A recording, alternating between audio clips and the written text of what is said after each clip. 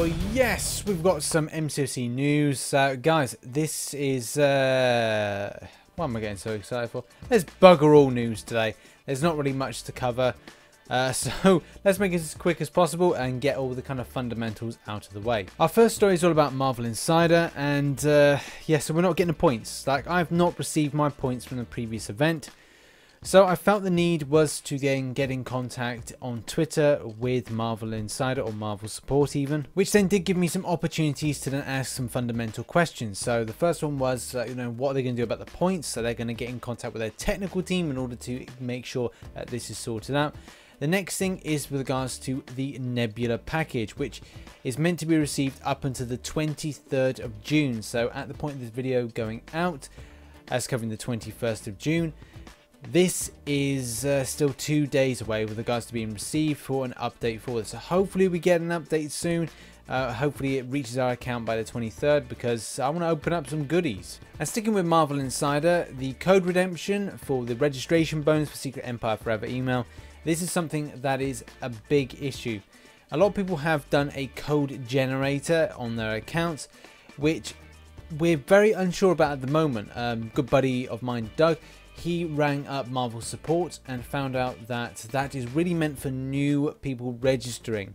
A lot of people that have had previous veteran accounts with Marvel Insider may be open to be punished for this. So do take those at your own kind of risk. Hopefully you don't get punished for it. I won't be supporting anybody that, or giving information of people that have got the kind of code emulator, because I don't want to risk people having their accounts banned with Marvel Insider. This is meant to be like a helpful thing to kind of make sure that people are getting some extra rewards, especially for new players to the game. It helps them on their progression route through difficult and also just kind of, you know, ranking up and getting through the game a bit more quicker. And if anybody wants to contact via phone Marvel Support, I'll leave the number up now, which should be over in this direction. So contact them if you feel that you're not getting any answers. I'm getting a good bit of answers through Twitter and a good rapport going with Marvel Support, so that's good. Our next story touches on an ongoing issue, which is the lag, missing parry, dashing back bugs. You know, there seems to be still Android-based problems. The game is not optimized well for Android users, and it's a consistent thing. And threads keep popping up, repeating the same problems time and time again. This is something that Kabam really needs to look into. As you know, I've got an iPhone 7 Plus. I've not got my Elgato running yet, which means I can't show you guys how good it is. And to give you an idea, like, my loading times are just ridiculously fast. Like, I can just, there's no loading screen. That's the thing, there's no loading screen. It'll go loading in game. Like, I've never experienced this before using a Sony Xperia Z5, which unfortunately I still have. It's here. As soon as I set up the Elgato, then I'm going to do it, and with this little device here to then get it running. But the main thing is that the differences, guys, are just, I don't, if I knew that this was running as well as it was, I probably would have switched over to iPhone, which is kind of disappointing, because now I've had to buy an expensive device just for the sole purpose of playing the game. But it's all games, because then, like, Injustice 2 runs a lot faster, and I will be going back to playing that soon. So you just go, oh, why can't you get it right for both devices? It's just disappointing. Maybe a different client should be run on Android. I don't know. People's thoughts on this, please. Should they do that? So I found this article, and I did find it incredibly interesting. It is, should we rely on YouTubers for advice every time we play? Now, I have answered to this, because I did feel that it's my place as a content contributor to Marvel Contested Champions, who does cover not just MCOC news, but I do cover guides for the game and gameplay, as well as crystal openings and other sucky content. But the main thing is that, what should we rely on Marvel Contested Champions YouTubers for? Now, should we rely on them for guides? Should we rely on them for gameplay, entertainment?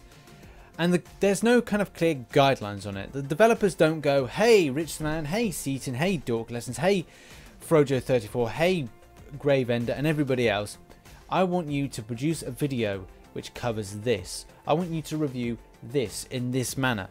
There's no contributor program, so therefore everything is without parameters. And when things are without parameters, you then have a look at things that people require. And my scenario that I put in this forum was that, hey, I've got a friend that I work with who's Scott. Scott, if you're watching, mate, I'll see him work on Monday because I'm on leave now.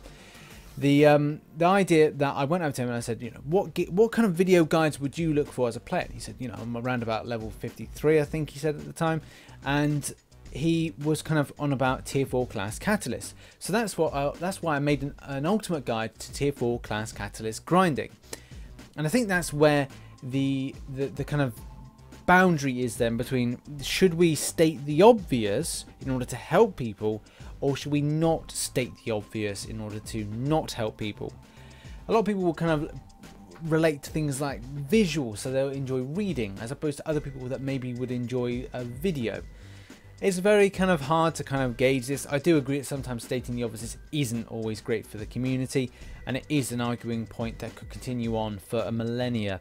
But then you kind of ask, well, again, should a YouTuber be more like PewDiePie and be incredibly entertaining and not really cover games? But if they do cover games, then to be overexcited and not do things with regards to guides for the game or tips or kind of advice, any kind of manner.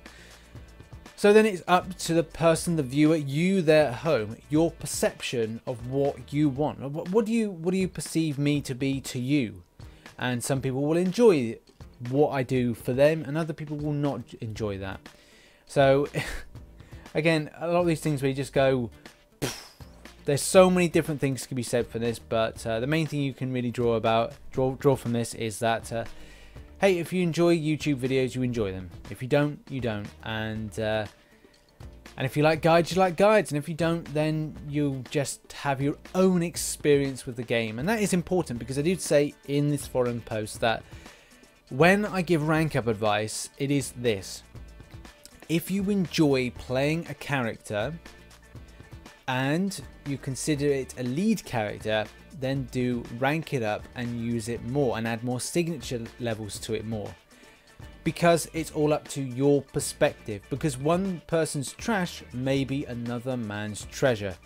And I think that's the point to kind of end this MCOC news video on. So on that final thought, are YouTubers really necessary for Marvel Contest of Champions? Is it important to have people that are willing to do guides? Should we be more entertainment based as Marvel Contest of Champions YouTubers? What are the parameters for it? Should it be one for all and all for one? I'll let you rant off in the comments below, and people can let me know that. So thanks very much for watching this video. Sorry it was a short news video, but I thought that there was some interesting topic points to cover for news and things going on in the community and forum, because that's what MCOC news does. It keeps you in touch with the community. And thanks very much for watching. If you enjoyed it, hit that subscribe button, like button, and all that stupid shitty vibe. And catch you on the flip side. Bye bye for now.